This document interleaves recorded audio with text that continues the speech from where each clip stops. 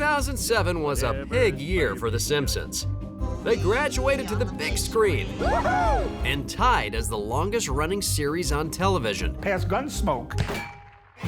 At this point, if it's not the signature Fox show, it's certainly one of them. But even bigger than that, Fox became the #1 network in America for the very first time. Everything was pointing towards The Simpsons juggernaut just becoming bigger and more popular than ever. Unfortunately, the ratings were slacking off. By 2009, audiences had been cut in half from its heyday in 2001. Everyone's gone! Had The Simpsons simply been around too long? People have become savvier in their taste. I think there's things that people just don't gravitate toward. Worst episode ever. Or had society just moved on? We're now in the world of streaming. It was sort of the birth of Netflix and people perhaps looking other places for their entertainment. Whatever the cause, Fox needed to find a solution. All right, here's the deal. Every time you watch my show, I will send you $40. This is the story of a cultural phenomenon that had appeared to become a victim of its own popularity. Familiarity breeds a certain amount of contempt. I can't think of anything I would want to watch that much of. And how it needed to evolve if it wanted to ensure its survival. You can't be on air as long as The Simpsons has and not reflect the changes that society is asking.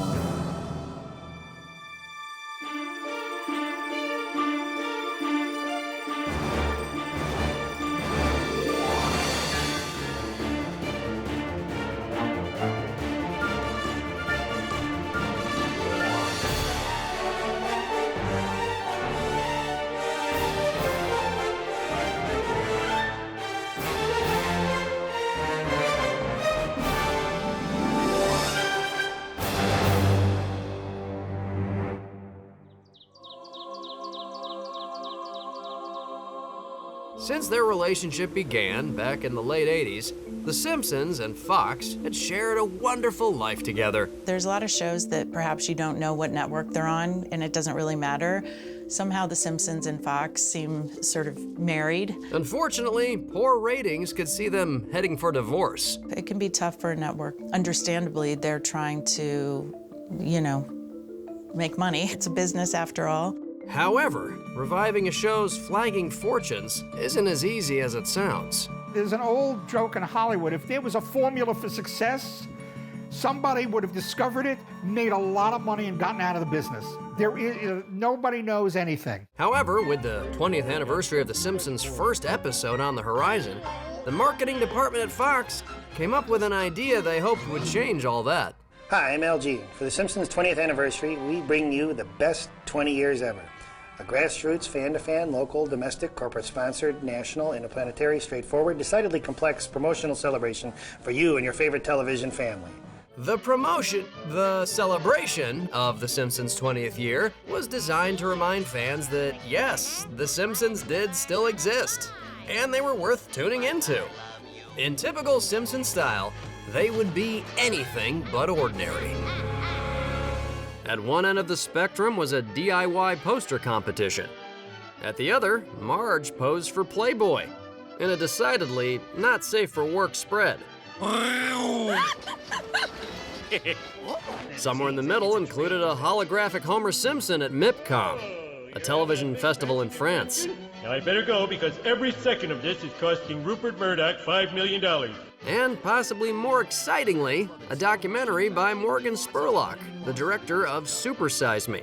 Oh yeah. The documentary covered many of the show's high points over the previous 20 years. But what it glossed over were many of its lower ones, such as the many ratings issues and competitors that were enough to get mad about. We're always beaten by Mad About You, which never stopped frustrating us. I have to go to the bathroom. So I can't. Actually, that's the one thing you can do in this room. I couldn't believe that anybody would ever choose to watch Mad About You over a new episode of The Simpsons. In the episode where Krusty fakes his own death, a bus drives by, and it has an ad for Mad About You on it. Again, that came out of our frustration that any person alive would choose to watch Mad About You or the new Simpsons. And Paul Reiser was like, hey, the Simpsons shouted us out. We're going to put a Bart Simpson doll on the set. And he did that. And we were like, Thank you, Paul, but that wasn't what we had in mind. We're angry at your at your success. There was no point getting mad. More importantly, why was this happening? Stop laughing, you imbecile! But really, it's not that suddenly it falls off a cliff and is no longer this brilliant piece of comedy. If this were a cartoon, the cliff would break off now. But it seemed the one big change that coincided with the downward spiral of the ratings was The Simpsons on the big screen. For me, it feels like around the time a bunch of the writers left to go write the movie. Everyone sort of reconvenes after the movie and not everyone comes back. It doesn't feel like quite the same show anymore. But for a show that's as creatively diverse and textured as The Simpsons, it's not quite the same is sort of hard to define. It just gets a little bit more experimental and a little bit more like absurdity and more silliness. But not so fast.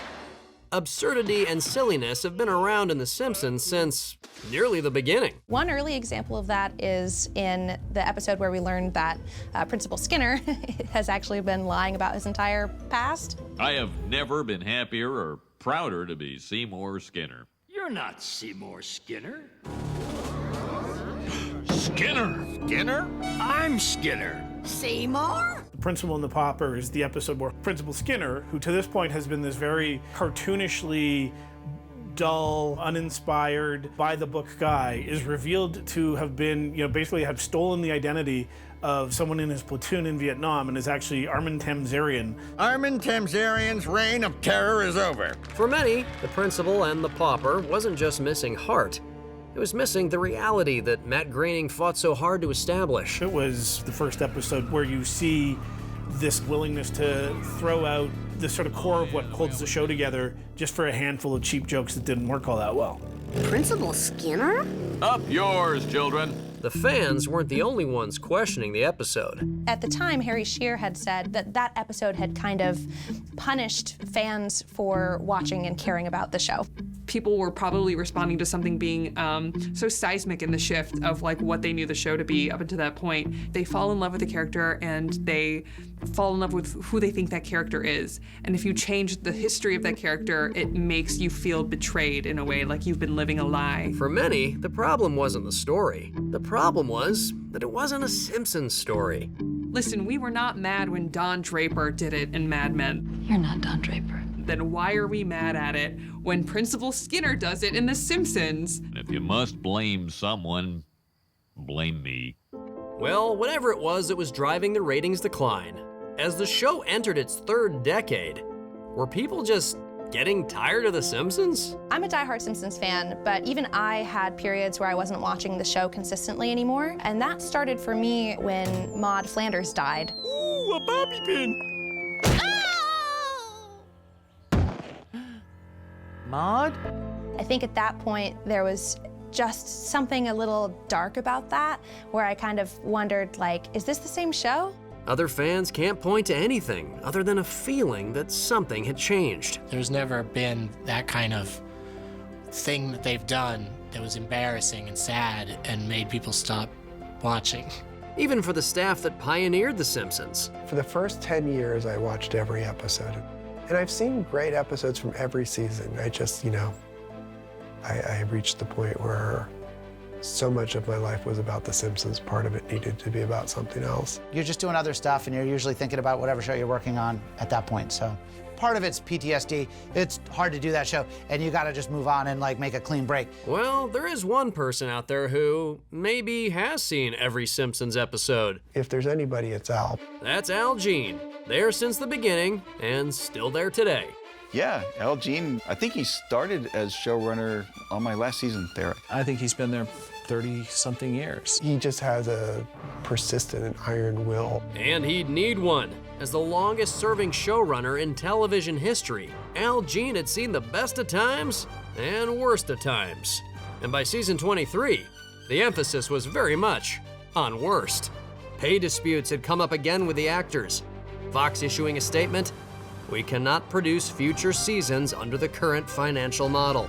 When it comes to contract negotiations, as a fan, whoever's in charge of budgets should pay literally whatever the cast want. And with the Simpsons family on a downward trajectory, they were in no position to negotiate. Suppose I refuse to go along with this? Then we've got an entire reality show all set to pick the new you. Hey, I'm non-union. I think that everyone who's been involved in this show deserves to be treated like kings and queens. The Simpsons may have once been royalty. Now, however, they were in real danger of facing the axe. The pay dispute between the actors and Fox threatened to silence The Simpsons forever. Because you don't see the person's face, you know, like you would in a live action show, there's less of a kind of a celebrity to it. And as a result, I think they're probably undervalued a bit. Now, the actors do get a lot of money, but the show makes a fortune. Two things can be true at once. Yes, I'm getting paid a lot, but I'm also getting drastically underpaid. Given The Simpsons' decline, Fox was in the driver's seat. They could potentially refuse the pay increase. I suppose there's always, you know, sound-alikes and things that you could do. But here's what makes that sound-alike a bad idea. These extraordinary vocal talents do multiple voices. Because when you think about replacing Dan Castellaneta with a sound-alike, you can't get someone else to pretend to be Homer and do that job. Only Dan Castellaneta can be that voice. You're also gonna need to replace Krusty the Clown. Hey, kids. This one. Of course, Mayor Quimby. And Barney. Hi, Homer, how you doing?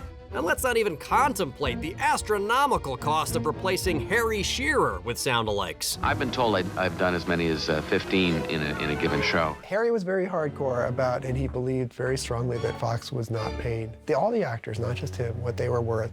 From Hank Azaria, Julie Kavner, I do Marge's whole family.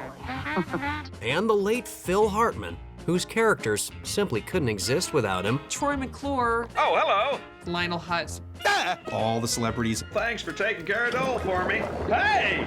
Proves that these exact voices and talents are baked into The Simpsons' DNA.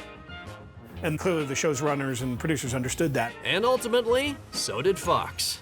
However, whispers began to circulate that there could be ulterior motives from Fox. Perhaps they were looking for an excuse to cancel The Simpsons? There was belief within the industry that The Simpsons might actually be worth more canceled than it would if it remained on the air, because they had this old syndication deal with local TV affiliates that prevented Fox from selling the show to any local cable stations. So as long as they kept making new episodes, they couldn't break that deal. What had once been The Simpsons' springboard to national fame and fortune was now perhaps a death sentence. Back then, Fox desperately needed The Simpsons. It's certainly one of the key shows that gave them an identity, that built an audience for them, that basically allowed them to build this, what's now their Sunday night animation block. But in 2011, things were very different for Fox. God had long left, Barry Diller, and Rupert Murdoch was far more interested in news. And the headlines for The Simpsons did not look good. You know, Fox made their bed. They were so merciless when the actors didn't have the leverage. And so, with all the leverage, Fox went to the negotiating table. With a list of demands, of course. In order to keep it on, you got to keep a budget that is producible. The studio and the actors finally reached a deal. I'm sympathetic. I don't blame actors for trying to get what they can when they can get it. But most of them have no sense of what it's like to actually take all the elements of a show and make a profit at the end of the day. But it wasn't just the voice actors. Everybody involved in the show took a pay cut as well. This included animators, writers, the post-production crew, even Al Jean, the showrunner himself. They're trying their best to kind of like keep the lights on, keep the wheels rolling. However, behind the scenes, Fox was still making a killing off of advertising during the show. In layman's terms, The Simpsons was the 6th most expensive television series in the United States to sponsor. Fox makes extraordinary amounts of money off The Simpsons. And Fox no doubt wanted to keep it that way. And so, with the cast and crew on a scaled-down budget, all eyes once again turned to Al Jean. to somehow try and steer The Simpsons back towards the success of its glory days. Back when the original team was creating magic. Back when these pioneers blazed a trail. And so, a valid question that Al Jean might have asked was, maybe we should get them all back? It would be a bad idea. It's not that I refuse to share my brilliance with the current staff.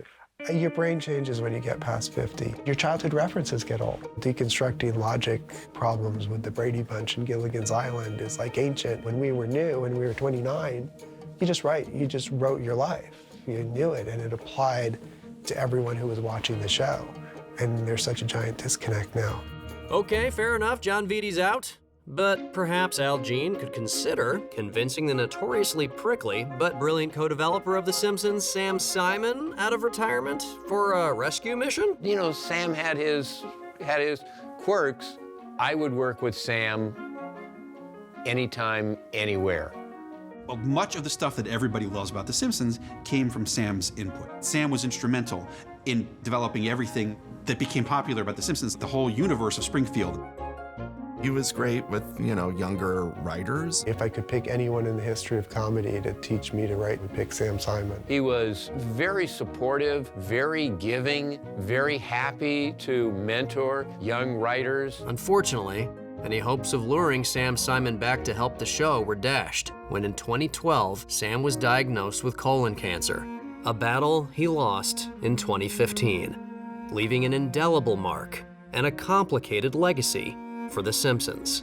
Sam could be resentful, but I just remember him as just one of the funniest people and very magnanimous to be around. And I can only say, I say this now because he's not around, so it's not gonna hurt his feelings. And I always say, he never got a fair shake because of something he couldn't help, his personality. His talent was so exceptional that people should have given more leeway for his personality problems. I wish I could hear from Sam's mouth what his perspective was in those days, but that'll never happen now because he's no longer with us. Sam Simon's vital contributions to the creation of The Simpsons are undeniable, and news of his death reverberated around the industry. I mean, just the fact that he left all of his money to animal rights groups and children's groups. That's a good guy. How can you say that's a bad guy? The writer's own foundation would put his Simpsons fortune to work, helping others. And he created a dog foundation to rescue dogs, to train them for veterans who needed companions. Just like Sam Simon's most famous rescue dog. My wife was very interested in getting a dog for one of my two kids. We got this dog. Was a very sweet dog, but if you got close to its face like this, it would try to tear your face off. But I said to my wife, where exactly did you get this dog? And she says, well, from Sam Simon's institution. And I said, oh, Sam Simon, no wonder the dog's vicious. Even more complicated than Sam's legacy was his relationship with Matt Groening. I think Sam and Matt wound up with a tremendous amount of mutual respect. When they got a little time and distance from it, Sam was incredibly lucky to be matched up with Matt. Matt was incredibly lucky to be matched up with Sam. And I think in the end they realized that. One thing's for sure, The Simpsons wouldn't be the same show without him. Around the time of Sam Simon's death, there were nearly 600 episodes of The Simpsons, leaving Al Jean and the team to wonder, what stories are there even left to tell? I mean, the original Sam commandment to write a Simpsons episode, unlike any Simpsons episode that's ever been done, is so impossible now. The stories use a lot of material and they use it fast. And if you don't want to repeat yourself, you're in severe danger of running out of stories. Oftentimes there would be first act, they go to the water park. You just burned up you can't do water parks again for another 6 years. I think all the work is about, well, if we tweak it here, it's not exactly like this one, and if we tweak it here, it's not exactly like that one. That's so much of the job now, to give it some individuality. In fact, The Simpsons has told so many stories that there's even stories about how The Simpsons have told all the stories on other shows. Uh-oh, Simpsons did it! Simpsons did it! No! No! Don't have a cow, man. But the cows were coming. Because by 2017, a unique story emerged that hadn't been heard before. However, it wasn't one of theirs.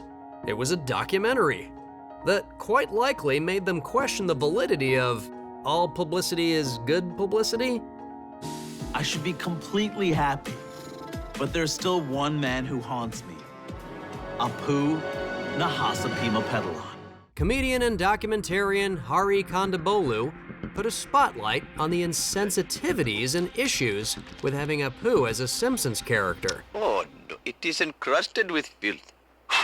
Oh, well, let's sell it anyway. Apu, a cartoon character voiced by Hank Azaria, a white guy. The trouble with Apu wasn't a call to cancel The Simpsons. It was a wake-up call from fans who loved but were being hurt by the show, regardless of intention. Life when he asked himself, who will float my corpse down the Ganges? You know, Apu is actually the most positive depiction of anyone on the show. He's a successful businessman.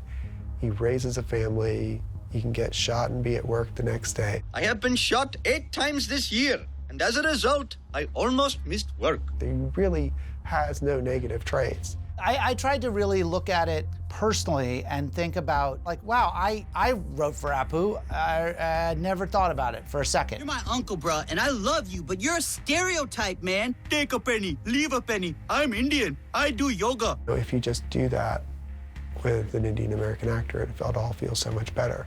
However, since the very beginning, Apu wasn't an Indian American voice actor. Apu is Hank Azaria, who became acutely aware of the stereotype he was portraying. Which took really a few years for me to sort out. I didn't want to knee-jerk stop because people, like the joke I make, but it's kind of true, is this like 17 hipsters in a microbrewery in Brooklyn deciding who should say what and when? Or is this like a real harm that was done? Whether they're Indian or Latin or Black or whatever part of this culture. What has been so great, I think, with the way that has played out is Hank's response to it was, I'm going to explore this. I'm going to listen to the people who are complaining about it. I'm not going to dismiss it. And 3 years later, Azaria would announce that Apu was retiring from the Quickie Mart for good. But as Hank Azaria and the Simpsons producers were mulling the eventual decision to divorce the show from one of its longest tenured characters, another long-standing relationship was coming unstuck. That being The Simpsons and the very network on which it's broadcast. What the bloody hell? I'm Rupert Murdoch, the billionaire tyrant. Rumors began to circulate that Rupert Murdoch was looking to sell the Fox network, along with its production arms, to the highest bidder. He's a media mogul. He has interests far beyond Fox. He was more interested in the news side, because after what was the parent corporation was News Corp.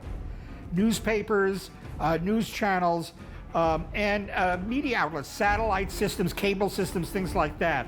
So that was more his interest. And so, with ratings still on a downward spiral, kaboom! What happened here? The Simpsons making the news for all the wrong reasons, and the News Corp-owned Fox Studios looking to turn its back on The Simpsons, it wouldn't be too hard to predict the inevitable cancellation of the show. But then again, predicting The Simpsons cancellation is one thing. But as for everything else, well, The Simpsons did a pretty good job of that over the decades.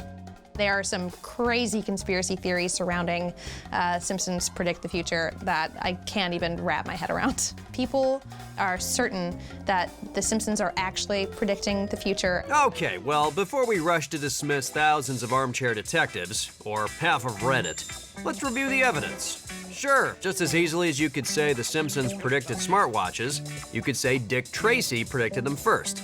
And yes, after Blinky appeared on The Simpsons, a fisherman did in fact find a three-eyed fish, which is kind of weird. But The Simpsons have predicted the future with alarming specificity.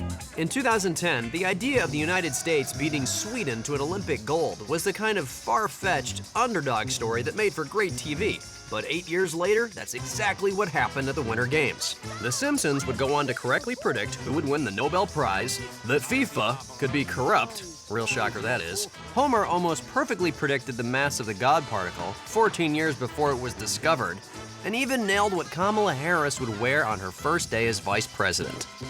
But one prediction trumps them all. As you know, we've inherited quite a budget crunch from President Trump. How bad is it, Secretary Van Houten?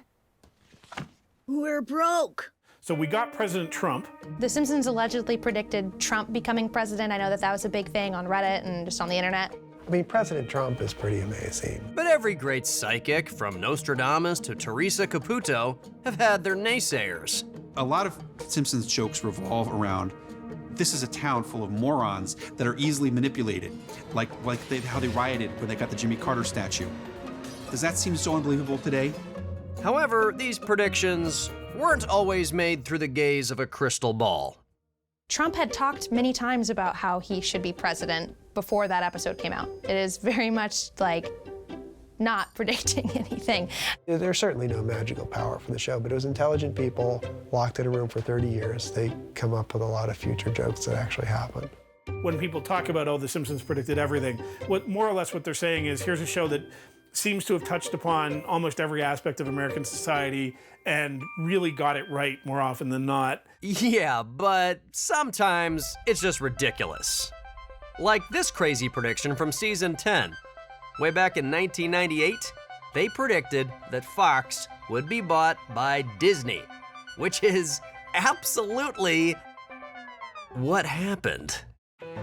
Disney buying Fox, I mean, that's pretty impressive. Impressive for some, but concerning for The Simpsons. On the 20th of March, 2019, Disney bought Fox for $71.3 billion. Ultimately, Rupert Murdoch ended up selling off all of the production companies to Disney. So The Simpsons are now a Disney property. Great show, it's super funny. Totally not Disney. The Simpsons had made fun of the Mouse House for years. I'm the mascot of an evil corporation. Mocking everything from their back catalog. My old Mickey Mouse massage parlors. And those Disney sleazeballs shut me down. To theme parks. Oh, this place sure has changed since Disney bought the rights to Cosmic Wars. So why had Disney spent $70-odd billion buying Fox? Well, time would tell. And until it did, things seemed oddly familiar. So even though everybody was worried that it might get canceled, they actually had nothing to worry about, and things just continued the way they always had been. Gracie Films kept writing it, Fox kept airing it, and everything was the same, except now the House of Mouse is writing the checks. As 2019 came to a close, Disney revealed why they had gone so hard at purchasing Fox. It's for the same reason I think that they acquired Star Wars and Marvel. It's just more content. Yeah, like a lot more content. As of the end of 2019, there were an eye-watering 669 episodes, give or take. And Disney would now have access to all of them. From season 1, episode 1, thank you, Mimi, through to new episodes that would continue to be made. Homer Simpson here, proud addition to the Disney family and soon appearing on Disney+. I, for one, salute our new corporate overlords. Now, family, put on the mouse ears. You only get one chance to make a first impression. And for the first time in a long time, it seemed like The Simpsons might find a new audience. As new inquisitive viewers are drawn to this strange, yellow-bodied, bulbous-eyed family.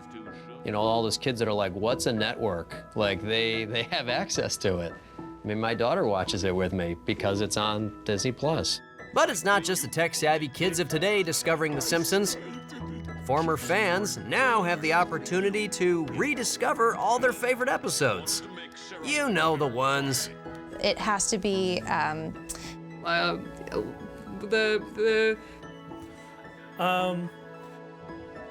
You don't remember, huh?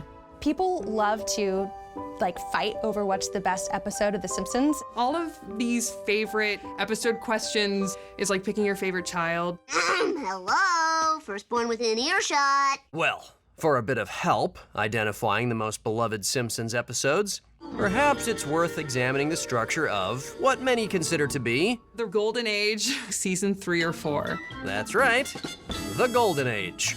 Because season 3, as I said, is the best season. Again, thanks to Mike and Al for making it.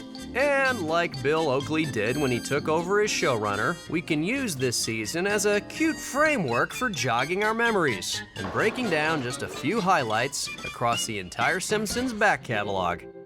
Season 3 had 3 Lisa episodes. But it was this episode from season 2 that might be the best one. My very favorite episode of all time, Lisa's Substitute, because the heart really gets to me. Whenever you feel like you're alone and there's nobody you can rely on. Thank you, Mr. Bergstrom. Hold on a second. A classic from the Sam Simon era.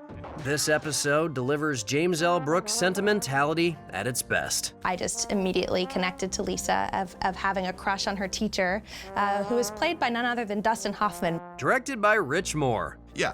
And written by the great John Vitti, who was one of Sam Simon's very first hires, writing not only The Simpsons' second episode ever, Bart the Genius, but many others, including Bill Oakley's favorite episode. My favorite episode is Radio Bart, which is the one where Bart falls down the well. It's got an emotional story. Mom! Dad! Oh, Bart, I've missed you so much. It's got a celebrity cameo. It got Sting. Yeah, I used to open for Krusty in '69. In fact, he fired me, as I recall. It's got parody of We Are the World with all the celebrities.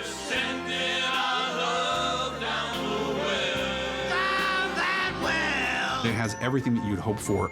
Oh, and speaking of songs, I am partial to any episode of The Simpsons that has a catchy song. I hate every ape I see, from chimpanzee to chimpanzee. Any dumb idea done 110%. I love, you see that a lot with my favorite fake musical that has ever existed, The Journey Through the Betty Ford Center.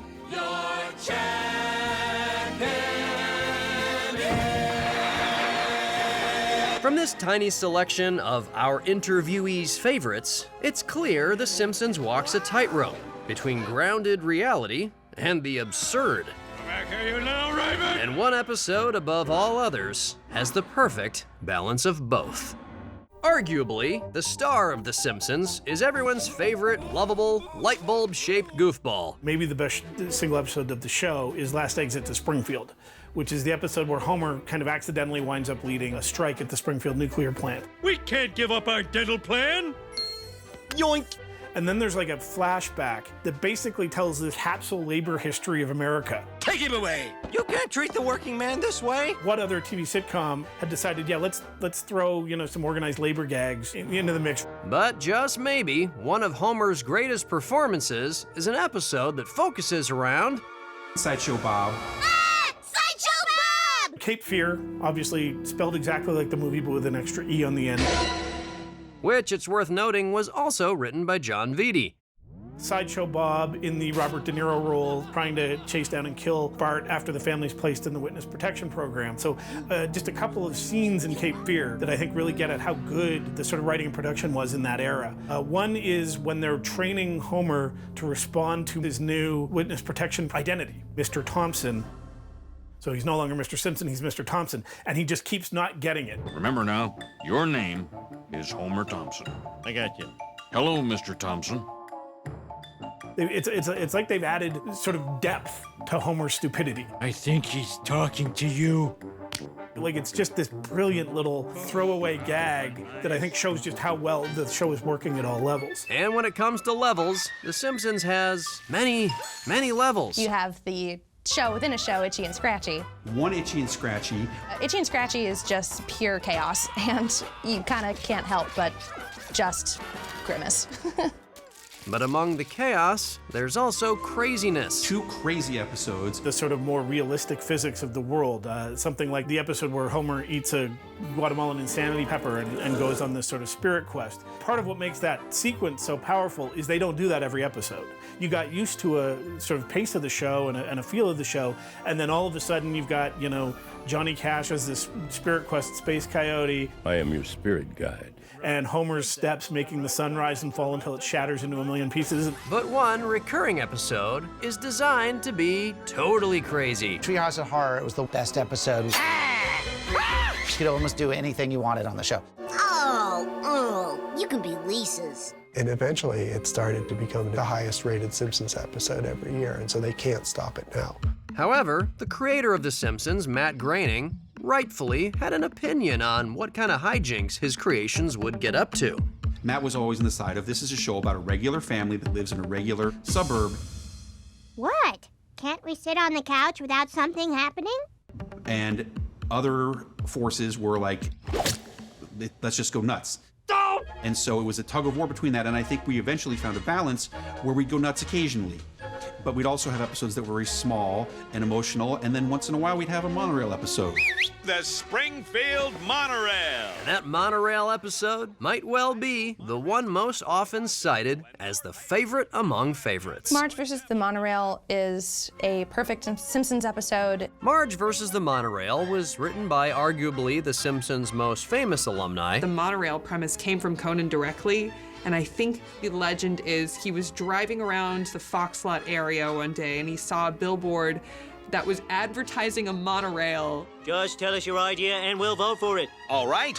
Now, it's kind of a pop culture-based satire. Yabba dabba doo! There's a lot of unexpected twists. I'd like you to explain why we should build a mass transit system in a small town with a centralized population. There's a lot of extremely cartoonish material. Oh. And, of course, a song. What's it called? Once again. It even has an exceptional quote. A solar eclipse. The cosmic ballet goes on, and I love injecting that into any conversation when I can. Well, we all have a friend like that. Simpsons quotes are a part of daily life. And it's no coincidence because really, The Simpsons is a part of our daily lives. It's almost something we take for granted. It's this paramount feature of society. Like, there are weekends, we have jobs, we pay taxes, and we watch The Simpsons. And we have done for decades. And The Simpsons, by now, is generational. The people who grew up watching it are now Homer's age and older, and they have now raised their kids on The Simpsons, and their kids will hopefully raise their kids on The Simpsons. And even if you don't watch The Simpsons, in some ways, you probably indirectly still do. Because let's be honest, when The Simpsons premiered, there was nothing like it on the air. These days, an animated family sitcom isn't much of a rarity. The crop of shows that have followed in The Simpsons' footsteps is a testament to the show's influence. We're kind of in a animation golden age now. I told Maxie you didn't use. The Simpsons paved the way for, obviously Futurama is also Matt Groening. You guys are my new best friends. But King of the Hill, Family Guy, even South Park. Yeah, I have to remember that. As I was there over the 5 years, we developed Bob's Burgers and other shows to come up behind it. Suddenly, The Simpsons were surrounded by their spiritual successors. Only The Simpsons weren't going anywhere. You knew that The Simpsons was always the anchor. If it wasn't for The Simpsons, they wouldn't have animation domination every Sunday night on Fox. Sorry, Family Guy and Bob's Burgers, but without The Simpsons, you probably would not have happened. It was like, oh, right, it's not just one version of this. There can be many iterations of this, you know. The Simpsons is such a great show, and we need reminders like this to keep us watching. Son of a bitch. But The Simpsons' influence can be seen not just in animation. It's easy to say that all comedy shows of the last couple decades have Simpsons DNA in it because all of the comedy writers grew up watching The Simpsons, myself included. It taught us how to balance storytelling mechanics with comedy that was a little bit more punchy. But The Simpsons' impact is so far-reaching, it goes beyond mere inspiration for the creative machine of Hollywood. Far beyond, indeed. From its humble animated beginnings, Well, good night, son. The Simpsons really did start small. But in many ways, the story of The Simpsons is also the story of a mega corporation. The Simpsons really put Fox on the map. And although Fox and The Simpsons have gone different ways, their fates and fortunes will always be inextricably linked. Fox came to its success sort of hand in hand with The Simpsons. I mean, I think they both started as like teenagers and they grew into adults together. A fitting metaphor for a family that never ages. But Rupert Murdoch, well, he grew into a media mogul. And of course, he did have God on his side. I don't want to take credit away from Rupert or others, but there's no question that the center of fire behind getting Fox started was Barry Diller. But of course, Barry Diller's essential role in The Simpsons was saying yes, when a young executive, trembling with fear, convinced his boss by any means necessary. Yeah, so it's the most profitable show in the history of television, and this is what it comes down to, like a white line of meaning. Okay, fine. But perhaps it's not the beginning of this story that matters most.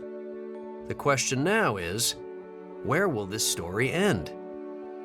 Because since 1989, The Simpsons has found its way from here at this little animation studio into homes across America and the entire planet.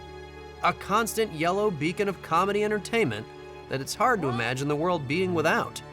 But maybe one day it will be?